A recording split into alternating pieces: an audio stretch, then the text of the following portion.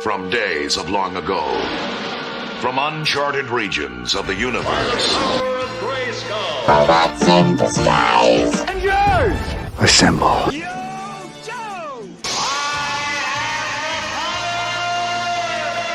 Hey, we are canceling the apocalypse!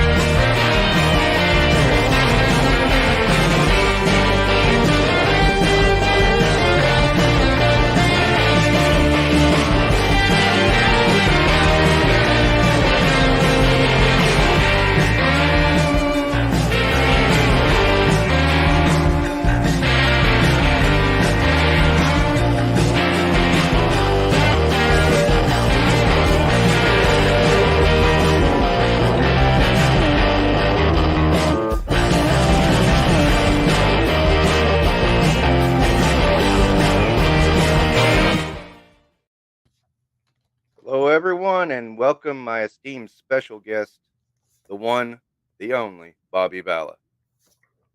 How's it going?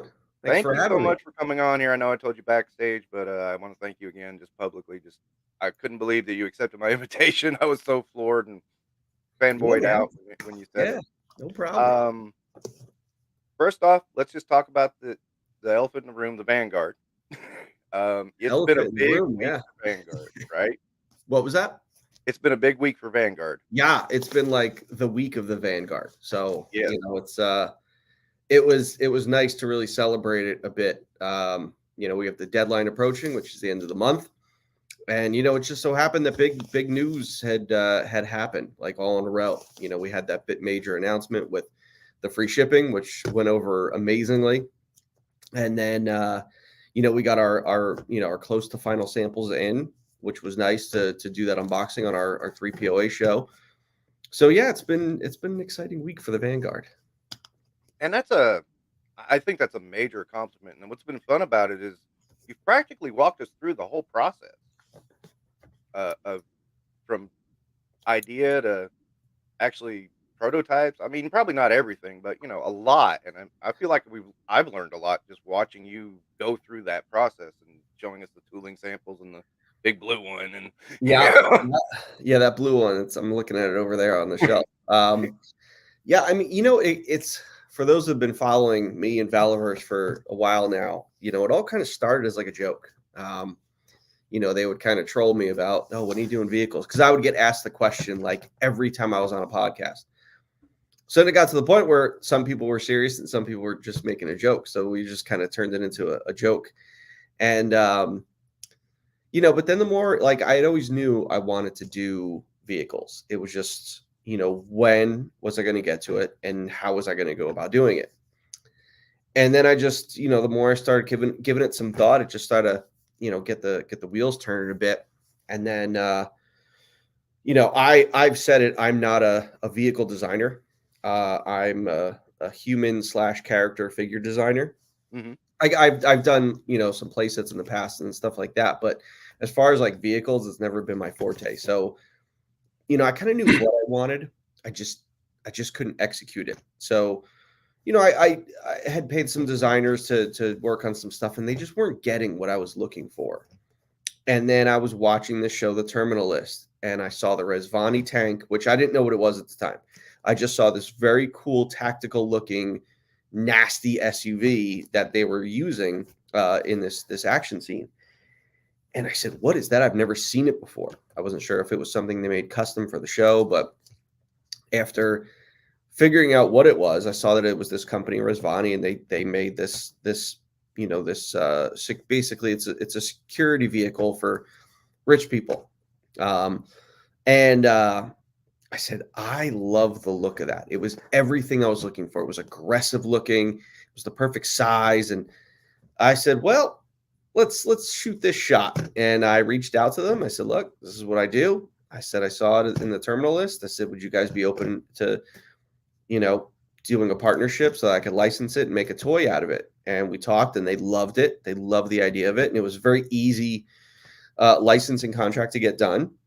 And then I just got started on it. It was easy having that design to kind of go off of. And then it was like, okay, well, we want to beef it up a little bit. We want to put some more tactical equipment on it because this thing is going to be in battle. So that's when I was like, all right, well, we're going to put a hatch on the top. We're going to put a turret on the top. Let's see what a missile launcher would look like. And then it all started coming, together. And then, we got going and sent it to the factory and was like, all right, this is what we're doing, guys. And then before you know it, here we are. It's pretty wild. Cool. It's an accomplishment. I love it. I wanted to talk to you for so long because it's like I wanted to go to Joe Fest. Mhm. Something came up I couldn't. Wanted to go to PowerCon. Something came up I couldn't. I can't make DFW this year, so I was so glad that you would come on here and just chat. Let me check with the chat, by the way, just for a Sure. second. B. Conley's in the house. Mython the Python. Welcome, sir. Roll Keeper's with us. And let's see, anybody. Daredevil's Jeeps and Joe. What's up, dude? Figure Fever is here. How you doing, Figure Fever? And almost caught up. I'm just scanning through, just saying hi to everybody. It's tough getting old because you got these bifocals. I'll be there one day. Yeah, it sucks because I got to lift up my glasses to read the comments. Nice comment here. The vehicle looks very future forward, and which I enjoy. I feel like Action Force team may or may not have raided a warehouse and gotten their primary vehicle. It is future forward. That is a good point. Yeah, I agree. All right. Samuel Edwards is here, and John Garrett. Guys, if I missed you, don't freak out. Oh, Drew G's here too. What's up, Drew? Hey, Drew. If I missed you, don't worry. It's moving fast, and I'm one guy. So one thing I wanted to talk about was let me get my screen's figured out here. Sorry. All right. I know you're not a guy who likes to live in the past, but I've found out over the past 2 years, you've designed some of my absolute favorite figures. So I wanted to just mention some of them. The big one, Low Light from Pursuit of Cobra. Yeah. I didn't do the figure. I did his accessories. Okay, because you know what? I was gonna mention the accessories made that figure. Well, but it was I was an intern at Hasbro, and I was an intern. I was working on G.I. Joe, and my boss, John Warden, who was he worked on all he came up with the 25th anniversary. He worked on Rise of Cobra. He developed Pursuit of Cobra. So it was like I came on as an intern right during Pursuit of Cobra, which was awesome because that was always my favorite era. And he was working on Low Light, and he said, "Hey, you want to help me out with this figure? You want to do the accessories? I'll handle the figure. You do the accessories." I'm like, "Sure."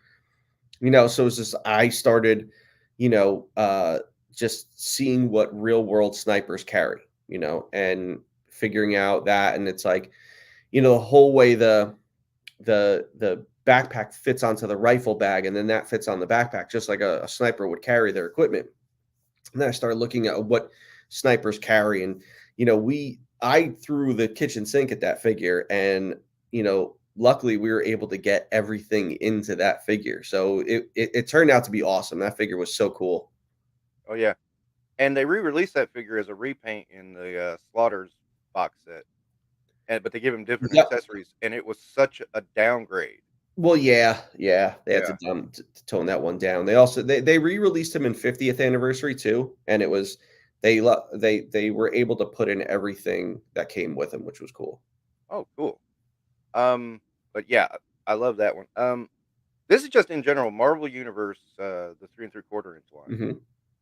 I love that line simply because I had Marvel Universe characters that could run around with my GI Joes and my Star Wars, and I had been a lifelong GI Joe and Star Wars fan. So, you got in on that when they cut the budget too, right? Yeah, I got in. I got one good year out of it. I came Mhm. in, and we had 1 year where I was able to do a lot with the really, really good bodies, and that was the year that I did Deathlock and Death's Head. 2 of my favorites right there. Yeah, I'm trying to remember like what others were in like those 2 series in that year. And then they were like, "All right, listen, we're going to rebrand, and we're not going to call it Universe anymore. We're going to call it Marvel Infinite or Infinite. something like that." Yeah. And they were like, "Yeah, we need to drop the price, or we're raising the price. We also need to cut the cost." I'm like, "Well, that's terrible." You know, but I kind of did what I could. It gave me an opportunity to create a new body, a new base body. Did it not have articulation, as much articulation as fans were used to? Sure, but I did what I could with what they gave me. You know, And, I'll say this, that was one of my criticisms of it. It was like, "Oh, yeah, let's, raise the price and lower the quality." That always works. Mhm. But even still, I held on with the Infamous because it was still coming out. It was still there was some really good stuff coming out of that. Yeah, Uh, yeah, we did some really good figures and good characters. It's just that they weren't what I wanted them to be, but mhm, they were still good for what they were. yeah, And then then it was like they had this last ditch effort after the line died. Then they tried to bring it back as MCU 2 packs. And they were remember like, "Oh, those? you get to do more articulation again." And I was like, "Well, now it's kind of a waste, but um, that's all right." This one you've talked about at length, but it is literally one of my favorite Marvel Legends. Six-armed Spider-Man. Okay. Yeah, I absolutely love that figure. Just because it was one of those figures I never thought I'd see. And I know people gave you a hard time about, oh, it doesn't have torso articulation, and then of Yeah. course Hasbro had to troll you by doing it with torso articulation. Yeah, I Now. know. I know. It's Yeah. kind of funny how times change. It's like when I was working on Legends was like immensely popular. So the fact that they couldn't give me the money to do it then was kind of funny. And now it's, Yeah. here years later, then it's like, "Oh yeah, no, we can do it." It's just like it was just stupid. Um, One of my absolute favorite Marvel Legends, 80th anniversary Thor, Mm, and that was obviously awesome. Hasbro loves that one because they keep reusing it. Right? Yeah. Yeah. Yeah, I bought that Thor Destroyer pack for the Destroyer, and I realized, oh, they're still using this. It's good figure. It's a great figure. Of course, the one you won awards for, Dancing Groot. Yep. Love that. Yep. I absolutely love that. It's.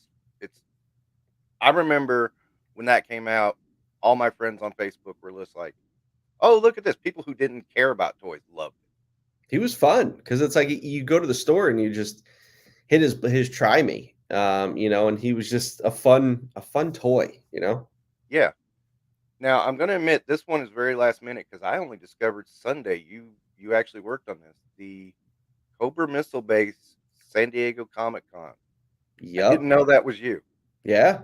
Yeah. Yeah, I had no idea, and I like it. I never got it, but I always loved it. Yeah, that was I love kind of throwing that in the Joe Bros faces because it's like one of the most like popular renowned items, like modern day items that was done.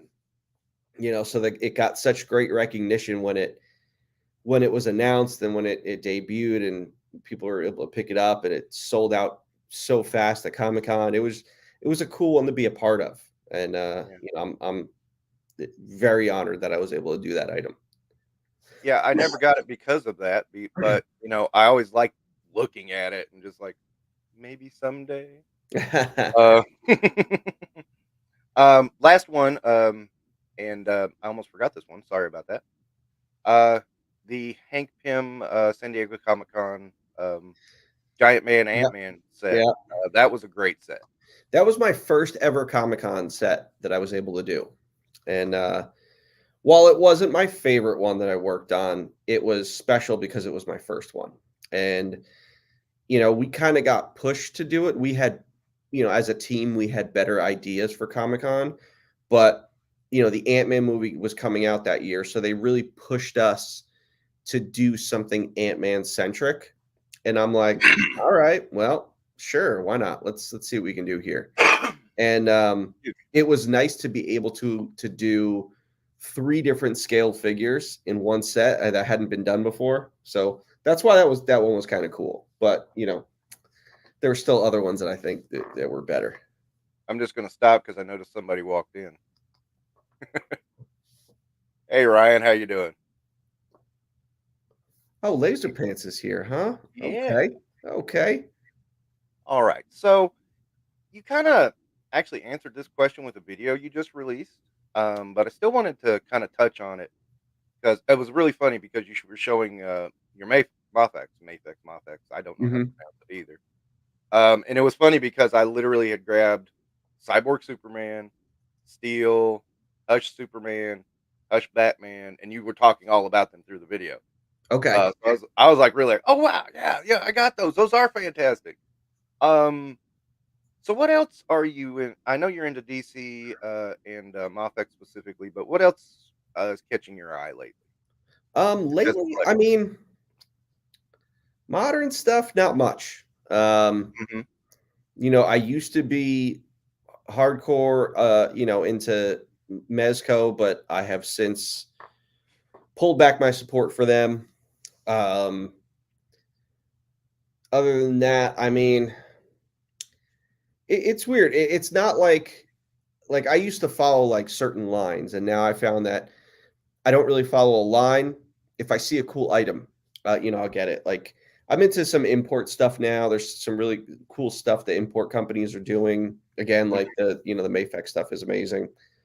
Now there's things that like I would love to like dip my toe into, but I know it's like if I do it, it'll open up, Pandora's box, no pun intended. And Right. so it's just like I see, my friend collects a lot of hot toys, and I'm a huge Lord of the Rings fan, and there's a company, Asmus Toys, that does 12-inch Lord of the Rings line. And I'm like, well, I don't want to go down that road because it's just like here in the office, I have certain things set up, and I'm like, I don't have room to put another toy line.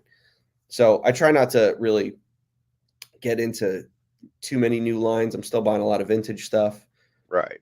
Yeah.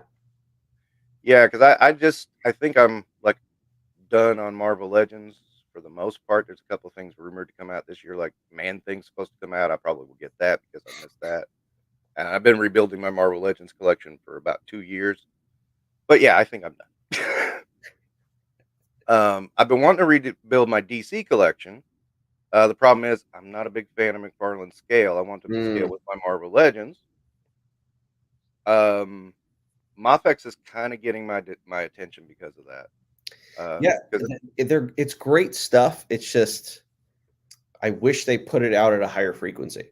Yeah. Like yeah, we get a couple figures a year, but it's like, man, you see what like I'm not saying they should be doing what McFarlane's doing and putting out like 100 figures a year, but give me a little something. I hate waiting. Oh, I see another big name. Whoa, look at this guy. Hey, you need to be a guest on my show too, buddy.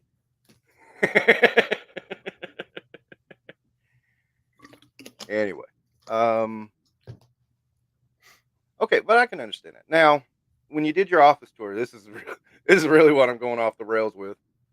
I noticed you had a really great Stone Cold Steve Austin collection. Yeah. I know he's your favorite. Yep. You mentioned Ultimate Warrior as well. Are there any other wrestlers that are really like kind of your faves that Um, you may have and you just don't talk about?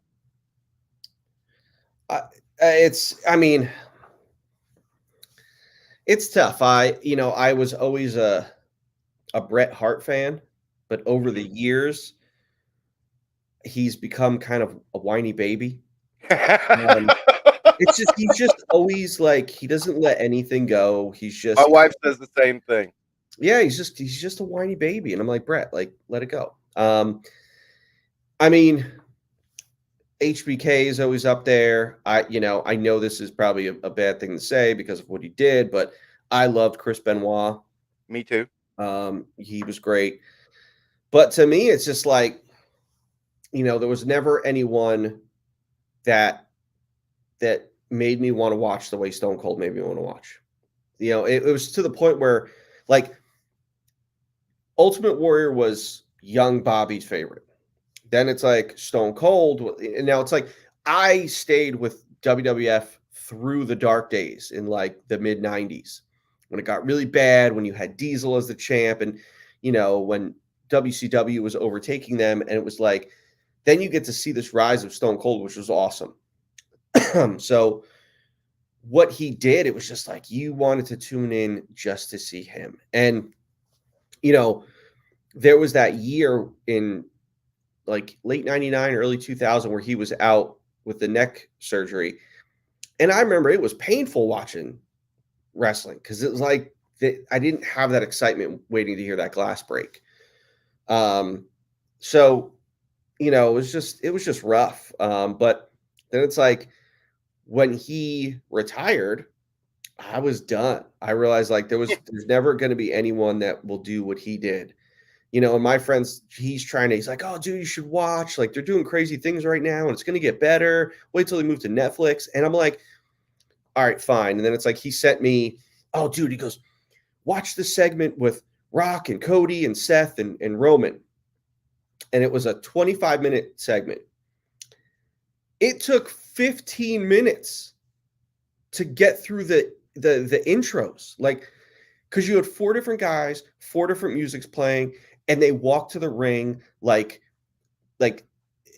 forever. It took forever. And I'm like, Stone Cold, glass would break, he'd get to the ring, he'd hit all 4 corners, get the mic, and he'd say his piece. These guys are waiting and drawing it out. And I'm just like, this is boring. No wonder it's a 3-hour show now. I was like, look how much they were able to get done in 2 hours. And now it's just like, you have so many wrestlers, and I just don't care. Everyone's doing the same spots. Everyone jumps to the ropes into a pile of guys. Every move is a finisher. Everyone's kicking out of a finisher. I was like, I remember when a finisher used to mean something.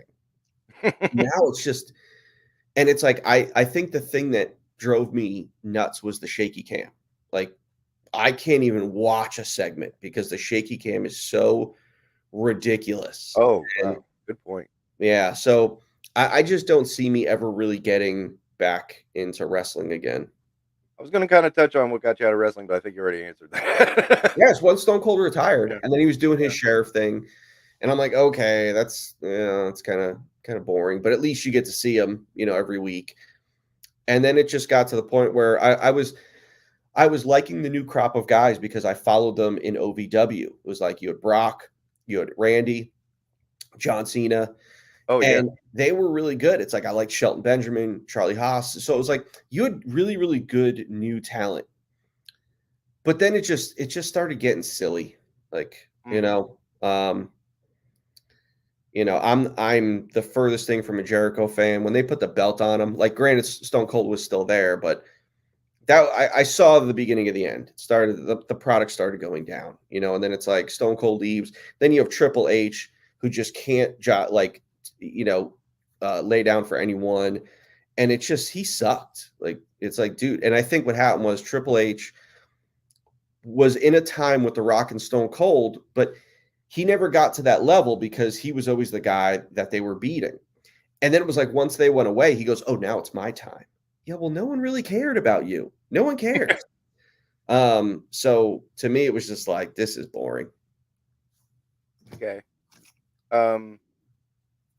this next question, I don't think you're going to be able to give any details on, but I just wondered, and you can just give a short answer to this if you like. Action Force is going really good, and you get bugged about doing IPs all the time. Hmm. Do you have any ideas or thoughts on more original IPs besides Action Force? I do. I Okay. do. Yeah, I definitely have some thoughts. I know people ask, like, the subject comes up about my own superhero line all the time. And I would absolutely love to do my own superhero line. It's just, what is that? Because it's tough because so many superhero stories have been done. And it's like, what would you do? Like, for instance, I never saw The Boys. I didn't know what it was. I never knew the story. And I was at a show. Me and my buddy that works the show with me and Ninja was there also.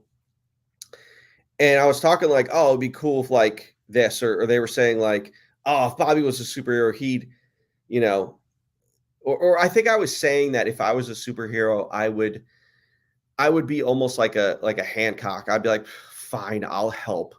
But I'm like, I'm gonna I'm gonna take over some billionaire's mansion. I'm just be like, no, I'm the captain now, and I'm just gonna be like, I would definitely abuse some of my power. But they were like, oh, so you'd be Homelander, and I'm like, well, what's Homelander? And like, oh, you never seen The Boys? I'm like, no, it's The Boys. So now it's like I just started watching it, and I'm like, okay, but it's like the idea of the superhero guys just kind of doing whatever the hell they wanted, you know, I is an interesting idea. Something like Astro City had always, I always loved that idea. So there's ideas I have. It's just it's hard to do something new when it comes to superheroes because everything's been done. That's a good point, and then that brings me kind of to my very next question. You're the only guy I've heard say this, is that you don't want to work on dead brands. Yeah. And like this past month has really brought to my attention, there's a lot of dead crap out there. It's like there's a Yep. Crow remake. Liefield's doing his Extreme figures, his Extreme Studio figures, Extreme Universe figures, whatever it is. Yep. Straight Sharks. I know people are excited for Straight Sharks, but I'm sitting here like, I am so burnt out on nostalgia, Yeah. and it kills me. And like, and it kills me when people bug you about, hey, will you do this line or this line or this line? And I'm like going, man, I'm killed on this stuff. Yeah. Yeah. Yeah. I love Action Force because it's original, which we're going to talk about in a minute. You know, and that's kind of why I asked, do you have any other original IPs? Because it's like, I want to see what other ideas you got, Bobby. Yeah, I mean, you know what it is? Nostalgia is easy for people. Right. I'm not saying people are dumb. I'm just saying that it's easy to not think than it is to think. So Yeah. if you just see something nostalgia and something you don't know, you're obviously going to gravitate to the nostalgia thing because you know it. It's easy. It's low hanging fruit. It's easy. It doesn't take brain power to like get into something new and learn something new or give a story a chance or learn characters or that sort of thing. So it's like I see comments from people even about the Vanguard. Like, I like it, but the vamp is nostalgia to me. And it's like, oh, you just want to always live in the past? Do you just Right. never want to like it's like, I love steak.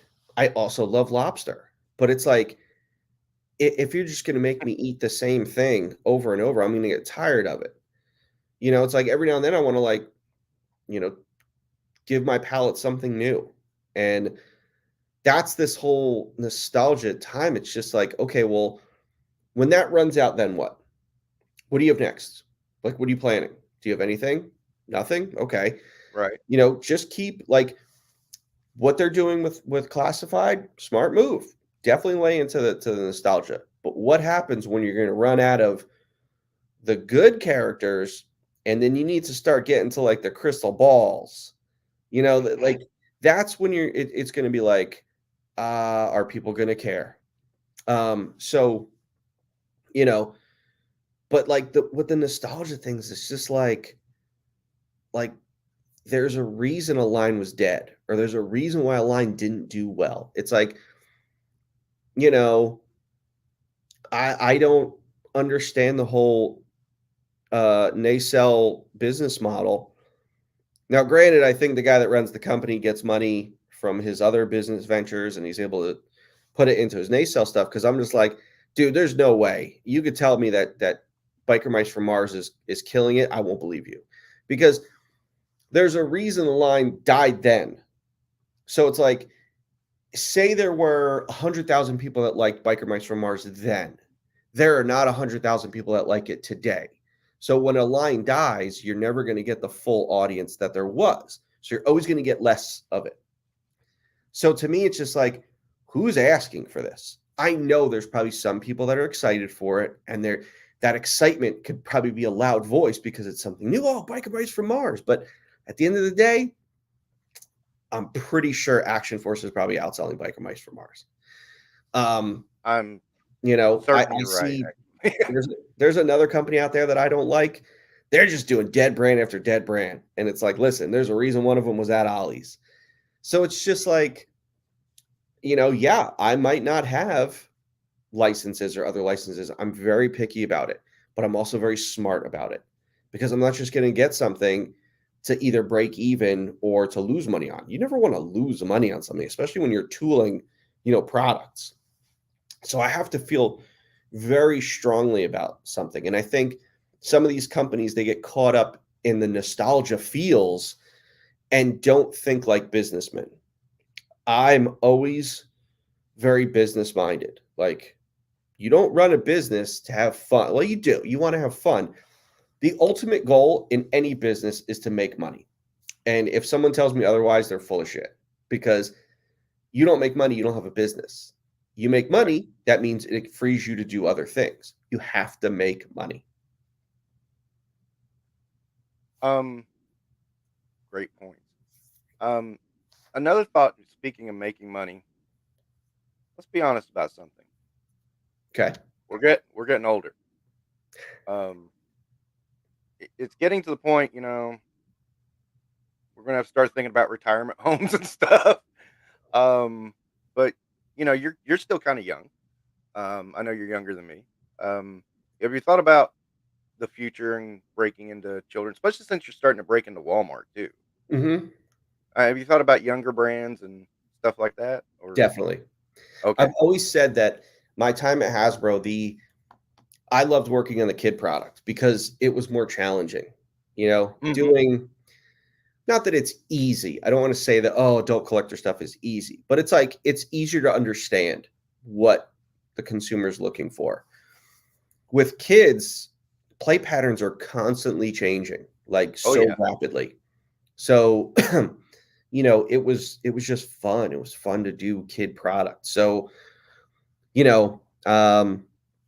I'm trying to think of developing kid product. I'm also trying to think of, new areas of the adult collector area that haven't been touched yet. So, I'm trying to create my own challenges in the adult collector space. Because I have to constantly feel like I want to create something new and I want to be challenged. that's cool. In that vein, I want to tell you a funny story about when I started in Action Force. My first figure was Trigger, and my daughter was in that age of, "Hey, what's that? Hey, what's that?" And so I saw it and I was like, "Wow, this plastic's hard," and I was afraid he might be brittle. She took him, looked at him a minute, wham, threw him across the room, and he didn't break at all. And I was like, "Oh, these are durable toys." All right. And I always thought that was funny, but and I wanted to share that with you because I just thought it was funny that she threw it across the room and nothing happened. But people keep asking you to reissue stuff, and you're like, I don't want to reissue stuff. Any thoughts on doing version 2s? Like, we had Snake Eyes version 2 and version 3 and Roebuck, and Trigger and Bone Collector and Carrick are very important to the story. Mm-hmm. You're getting new guys every day. I know I came in a little late, and when I got Special Deployment Condor, I felt like my Action Force was finally complete. You know, it was a really great feeling. So I wonder if you thought about that for other collectors who are just coming in. Yeah, I mean, it's not that I don't want to reissue stuff. It's just that I don't want the reissues to take me away from getting new stuff out. You know, Right. it's like I don't want people to look at the line like, yes, for people that have missed out, it's nice for them. But what about the people that have been here from the beginning? Then it gets boring for them. Oh, you're just reissuing that character again? Well, where's the new stuff? I've been here since the beginning. Where's the new stuff? Mm-hmm. Yeah. So I want to make sure that I'm putting out a lot of new stuff. And that's what I'm going to be focusing on. And I think for 2024, there's no plans to reissue any past items. But I'm not saying I won't do that for 2025. I have talked about doing like a greatest hits, wave where we do that. Now, there are 2 figures, Trigger and the Garrison Cavalry, that people have been really, really pushing for. And I have an idea of what I want to do. We're just not there yet. So, but I do, to answer your question, the version 2s, yes. I do have several version 2 characters coming down the pipe this year and next year. So, yeah, I mean, like, you look at, the Steel Brigade's always going to be like our evergreen character. There's always going to be Steel Brigades coming out. Who else did I do? I did, Condor got a couple versions of himself. He's the leader. The Swarms are always going to get different versions. I think it might be cool to do version 2s of Carrick and Bone Collector. Eclipse got a version 2. Eventually Pandora will get a version 2. So yeah, I mean, it's definitely stuff on my radar to do that. Well, that's what I want to touch on next because I just happen to have it sitting here, the Arctic Steel Brigade.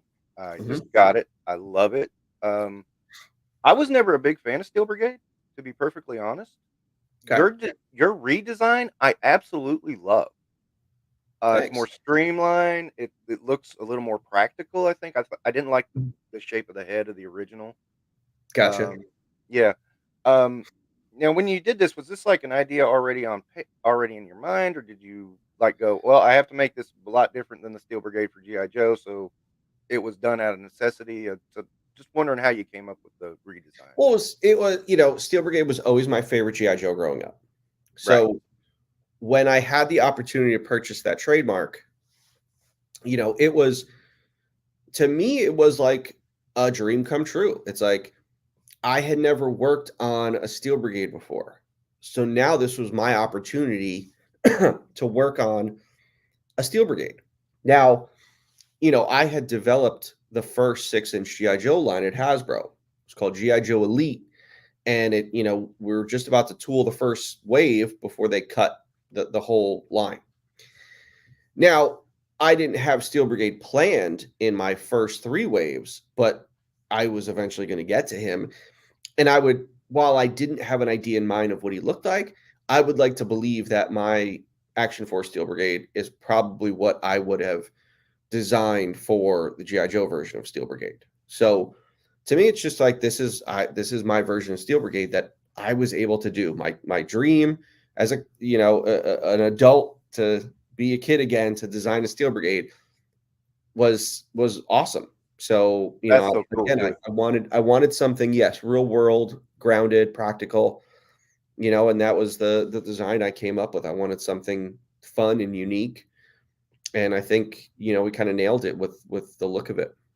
I think so too. I absolutely love the look, and every repaint you do, I just absolutely love. It's like easily my favorites of the wave are always the Steel Brigade, with every repaint. Gotcha. Yeah, it's just really great. Couple other things I wanted to talk about. Swarm Horde. Yep. I thought that was a brilliant PowerCon exclusive, touching in with, He-Man. But I love the file card where you said people aren't even sure they exist. It was like, gotta take or leave them. I thought that was really clever and really good.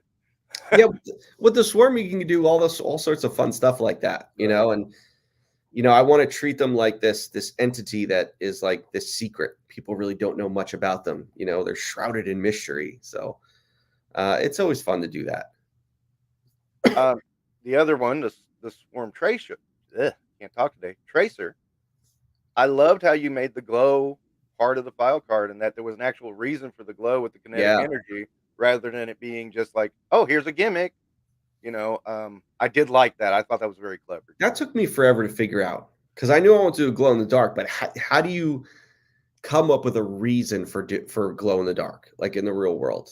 And I remember forever, I was just thinking and thinking and thinking. And I just thought about tracer rounds, like, oh, okay, that's how we can dial it in to come back to, more grounded scenario. In addition, I just did a video on your Urban Commando release. Okay. Love the gas mask. Love the removable filters. Funny story about that. My wife was not feeling so good one night, and I was opening that figure, popping the gas mask head out, and one of the filters went pew, and I heard it go bouncing away, and I'm like, I'm never gonna find that. So I'm one filter down, but that's okay. Okay. It's fine. I have a couple of Urban Commando, so it doesn't matter really. Gotcha. Yeah. But I thought it was funny. But I do love the removable filters. That's just a really cool idea. Yeah, how I mean about that was those Tony's idea. Tony was yeah, that was Tony's idea. Yeah. Speaking of, I didn't know until I saw his video tonight that he helped write the Desert Condor card. Yep. Yeah. Yeah, I thought that was really good. Mailaways. They've been gone since 1990. You brought them back with Covert Condor. I got a little crap for that because I knew how to follow instructions. Okay. And I know some people got theirs before me, but I was like fairly in front of the line of getting the mail away. And people were like, well, you just got it in with Bobby Vala and he sent you stuff early. I'm like, no, I followed instructions and I got it on time. And I love doing it. I remember, I think it was a Thursday you made the announcement. Friday I printed out my thing, and Saturday morning I'm putting out my points, and my wife's going, are you couponing? And I just throw it in the mail, and it was there the next week. It was really fun and really nice. It was, yeah, it was cool seeing like going to the post office and like seeing the flood, them handing me 2 giant bins, like, these didn't fit in your box. I'm like, yeah, no kidding. It's like, again, it goes back to the Steel Brigade thing. It's like, what were things that I never got to do that as a toy designer I wanted to do? And was like, I loved mailaways. So to be able to like do it, and to me it was a test. It was like, okay, well, let's test. If it works, great. If it doesn't, all right, we tried. But it's working. So, I already planned the next one that's going to come out this year. Oh, really? What's that? I'm sorry, I'm joking. I know you're not going to give that up. I think I'm going to announce it at the panel at DFW. Awesome. Yeah. So obviously you went into this. You went in to be successful. I would think it's safe to say it surpassed your expectations. Would that be fair to say? 100%. Yeah. I mean, like you never planned a vehicle, and then you got a vehicle, and it's like, well, yeah. I mean, like all of it has been surprising to me. It's like, I always thought this was just going to be a side thing. Like I would always be working for another toy company, and then this would be something. Oh, really? Yeah, yeah. So wow, like, I didn't know that. I was working at Jazzwares when the first Kickstarter was going on. So it's just like, I never thought this was going to be what it has grown into. So especially now, it's like we're doing that Road to 100 series on YouTube. It's like kind of like, holy crap, we've done 100 items in such a short period of time. Yeah. So all of it is surprising to me. I never take any of it for granted, and I'm always constantly surprised at how things do. Like I'm like, okay, we hit our fan base. Okay, great. Then Series 4 happens, And series four broke every record we had for any previous series. So it's just like, wow. And like the amount of new people, like messages that I get on a daily basis of, hey, I just found the line. You know, I want to go back and get these other figures that like so many new customers are coming onto the line. So like that's amazing. And I love it. So it's like it's always fun. It's always exciting to come in every day and do stuff and trying to figure out, okay, you know, how do we keep ourselves fresh and innovative and, you know, do something different? You know, so that's you know, kind of the challenge now. Yeah. And then you got different fans like me. I broke a lot of rules with your line. Don't army build good guys. I broke that rule.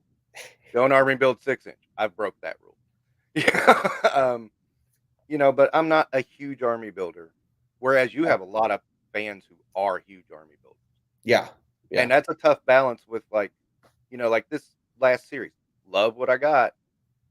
But I'm not a huge army builder, so I didn't buy as much as I probably normally would have. Okay. That doesn't mean I hate it, and that doesn't mean I'm downing it at all. It just means it's like, yeah, okay, I'm not as interested in some of this as I was in previous series. So you have a delicate balance to maintain because you have different level of fans, different tastes, and different ideas. Mhm. I think you do a great job of it, by the way. Thank you. Yeah. I mean, it keeps my interest at least. I mean, you know, I mean, I am still army building Steel Brigade. I got a couple of these. I love them, and I love them. I'll probably get a couple more. Okay. But anyway, you mentioned the first Kickstarter that, as we all know, failed. Yep. One of the things I liked that you said that you learned from it. Yeah. Yeah. And so I was wanting to ask, you know, does that make the success you have that much sweeter? Sure. Sure. Yeah, I mean, it was devastating when that first one failed. It was rough because you know it's like I believed in it so much, you know, but because I believed in it so much, made me do the second one. I was like, I really believe in this one, and you know, it's like it was an awesome feeling funding. You know, when it funds and you're like, all right, this is real. And then it's like to see that, you know, we ended up unlocking pretty much everything we showed at the first that would have been the first Kickstarter, because the first Kickstarter was 5 figures, then we cut it down to 3 for the second one. And it's like, well, by the end of the second one, we had unlocked the 5 figures that didn't get funded the first time around. So it's just kind of like funny in that sense. So we got to do everything we wanted to do. And then it's like, you know, looking back now, it's like, okay, well, everything I showed, all the unlocks that maybe didn't get unlocked, eventually we made them into items. You know, we ended up doing the female series. You know, so you know, it was an exciting time. It's also exciting never having to do a Kickstarter, you know, a crowd fund again. Like I would never do another one. Like I don't blame you. you know, I'm not saying like I guess you never say never, but to me it's just like I will do everything in my power to make sure I never do a crowd fund. If it's something ridiculously crazy, okay. But again, look what I did with the Vanguard, you know? Right. So, you know, it's just, again, that's, you know, you're always going to have the haters and they're always going to find something they hate about, but keep doing stuff that they can't say anything about, that to the point where they have to make stuff up. Fine, man. It's just going to make them look bad and me look great. So, you know, I'm going to still keep breaking boundaries and doing stuff that people aren't doing and showing other companies bigger than me that you can do the things I'm doing. You know, so that's kind of where it is. I mean, I'm always going to do things my way. You know, I'm always going to think outside the box, and it's been paying off. And you know, one of the successes I don't think anyone ever talks about, at least I've never heard it, is you've kind of become a focal point for this like kind of different kind of fan base. It's sort of the island of misfit toys. It's like all of us. I mean, I remember, and you were probably on Hasbro when I said this. It was like I would get mad every year when it would be like, why do we have to have another Snake Eyes Duke, Firefly, Cobra Commander every freaking year and every freaking band? And then they clog the shelves and all the interesting characters get lost in the shuffle. And but it was all the people who had sort of I'm trying to think of the word, despering voices, that kind of thing. Because I Okay. remember I got out of online communities because areas like his, I'll just say their name because they suck.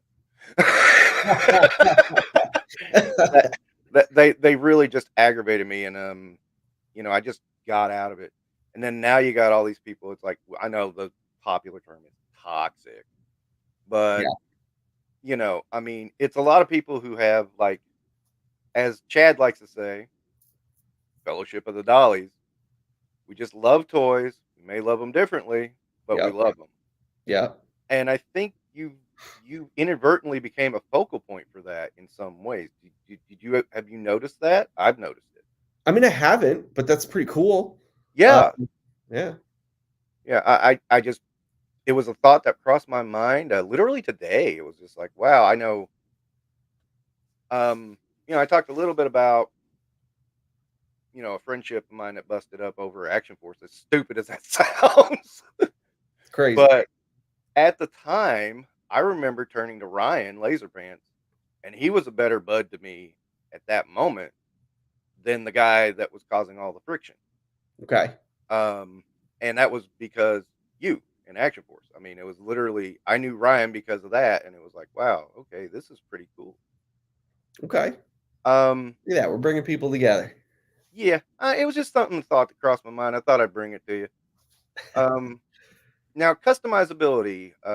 You know, I've heard you talk about, you know, all the ball joints are the same, pretty much. Were Yep. you thinking of customizability when you did that, or was that just happy accident because it made it easier for your life? Well, it wasn't that I wasn't thinking about it. It's just that, like, I've done my fair share of customizing, but to me, it's like the item is the item, and the item should be what it is. I'm not saying that you shouldn't customize it, but if I had to pick, I would always want people to keep the item as it is. But I know that there are people that want to change things. They want to do stuff different, and they should be able to have that option. So while I don't always go that route, I never want to, alienate anybody. You never want to feel, you never want to make anybody in the fan base feel like they can't be a part of this. Hmm. So if someone wants to change things around, I'm going to give them that option. I don't need to do it. Other people don't need to do it, but they can absolutely do it. So, that's kind of always how I've gone about it. Um, One thing I really thought about was you did a military line, and because of that, you were using reuse in a very smart way. Hmm. I really liked that because you had uniformity between your troops, but you know, you could do enough alteration here and there Hmm. that they look a little different. I think the best example I can remember is Eclipse and Warpath Eclipse. Gotcha. There's a lot of part reuse and Pandora. Yep. Yep.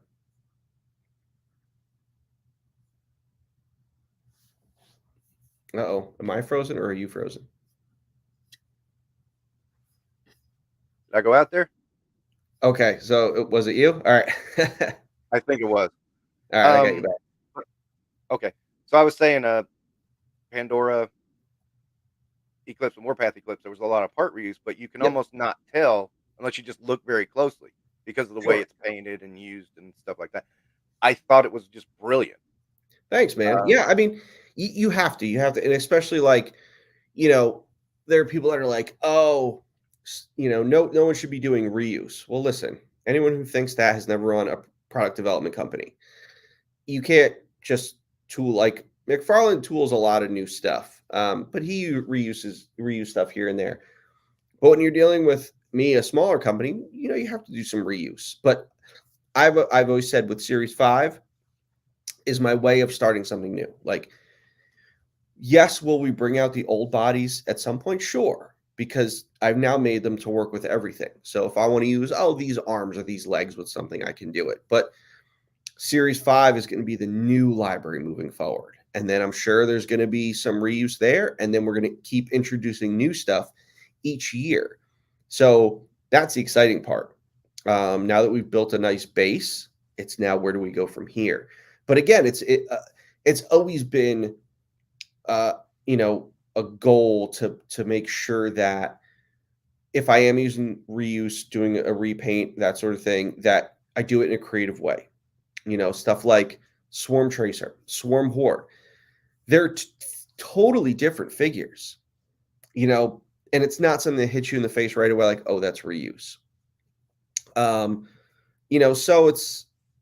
you have to kind of be clever and how you make these parts work together, things like that. And I think, Warpath was one that was done very well, her and Gemini. And it's like I'll never stop doing it that way. I'm always gonna, find creative ways to do it if we need to do it. And that's how you do it. And I recognized you were a smaller company. Reuse is the name of the game, and like you did it in a creative way. I was like, oh wow, it's like really well done. I loved it. So, to be blunt, you're an outspoken person. I don't know where I get that from. And I think that leads to some harsh and unfair criticism. I can remember an argument I had with somebody about Pandora, and it's like, oh, she's just like Zorana, and I went, why? And he's like, well, they both sound English, and I'm like, yeah, go to an Irish neighborhood and say that. My grandmother lived in an Irish neighborhood. I know you don't say that kind of stuff. Well, that's the thing. I think it's uneducated idiots is right. The hardest part, because it's like I see it and I'm just like, wait a second. Pandora and Zorana. Okay, let's start with their region where they're from. One is from Ireland, one is from Australia. The total opposite ends of the globe. Okay, one has pink hair, one has orange and blonde hair. How is that the same? What is it? Oh, okay. Oh, well, they're both like edgy characters. Okay, well, how many hundreds of edgy characters have there been in lore? But is everything based off Zorana? It must be. Zorana must be the originator of being edgy. So it's like I hear that and I'm just like, you are just uneducated and you don't think with your brain. I'm never following you into a foxhole.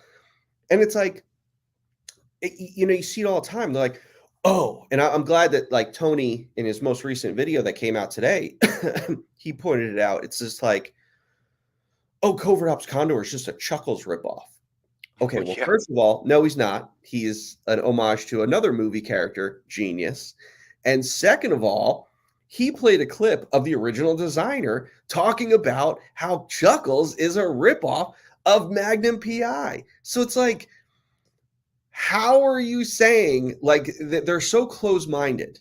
And it's just like, I wish I had the time to debate these people. Because I would love to, I'd love to say to them, okay, Ron Rudat said Chuckles is based off Magnum PI. So your whole Chuckles scenario, where's that now? Because Chuckles is a ripoff of something. What? And it's just like, it's just funny. It's funny seeing how dumb they are. And, I just don't get it. And it's just like, oh, so just because something's in a military line, everyone has to push it back to something G.I. Joe. Like G.I. Joe invented military. Like, man, like, and I get it because there hasn't been G.I. Joe is the military line. But it's like, if you were creating a superhero line, you'd have so much more out there to like, well, that's like that, and that's like that. And it's just like, okay, like, oh, well, Iron Man's like Batman because they're both rich guys that made cool tech. Okay, so it's just like, it's so far-fetched. So it's unfortunate that I love G.I. Joe, and it is my favorite toy line ever made. It's unfortunate that it has such dumb fans because they just don't stop and think about what comes out of their mouth. Because when you say that Pandora is just a Zorana ripoff, tell me how. And I want you to tell me more than one reason. and I want you to really because listen, you said it. You have to stand by what you say. Tell me how Covert Ops Condor is a Chuckles ripoff. And then tell me how those characters weren't ripped off of something else. Because I'm telling you right now, Ron Rudett has said that all the Dreadnoks are all based off Mad Max shit. So it's like that's where he got his thought process from. So, it's just that they think G.I. Joe is this unbelievably original idea that could never be, recreated. And it's just like, dude, like, you don't think at all. Yeah. I did see someone try to argue that everyone wearing a Hawaiian shirt was copying Chuckles. I actually saw that. Again, I was like, PI wore a Hawaiian shirt every episode. Yeah. I was like, okay, walk away from that. Yeah. Well, again, it's they're just idiots. Just idiots. Yeah. I just shot the video. I was doing the Urban Commando, and I said, because only G.I. Joe, because I said something about, everybody said it looked like Firefly, but it said only G.I. Joe knows urban camouflage. And I couldn't help it because I love this design, but, come on, it's ludicrous. Yeah. I'm having some internet trouble, so I'm going to wrap this up, but I want to ask you one final question. Sure. Is it fair to say you're competitive? Because you come across that way sometimes. Is it fair to say what? That you're competitive. 100%. Okay. 100%. Me and my wife hates that I'm so competitive. But yeah, I'm super competitive. It definitely comes through, especially on through POA. Mm-hmm. And and I made a joke about it in that video. It's like, I don't like what Bobby says about Lenny. And it's like, what does that have to do with his action figure line? I mean, that's exactly what I said. It's like, what does that have to do with it? Yep. Yeah. And I meant it. I mean, it's like, I love this action figure line. I mean, it's just fun and enjoyable, and it makes me happy. And that's what's important. I mean, we were talking about nostalgia earlier. For me, nostalgia is, oh, what's next? Oh, what's new? What's going to happen? Mm-hmm. Who's new characters? How do they fit in? And that's exciting to me. That makes me feel like a kid again. Not, oh, here's this character you've seen 27 times. Yeah. And like that. I mean, so thank you for Action Force, by the way, because that just makes me feel young. And as old as I am, I need to feel young sometimes.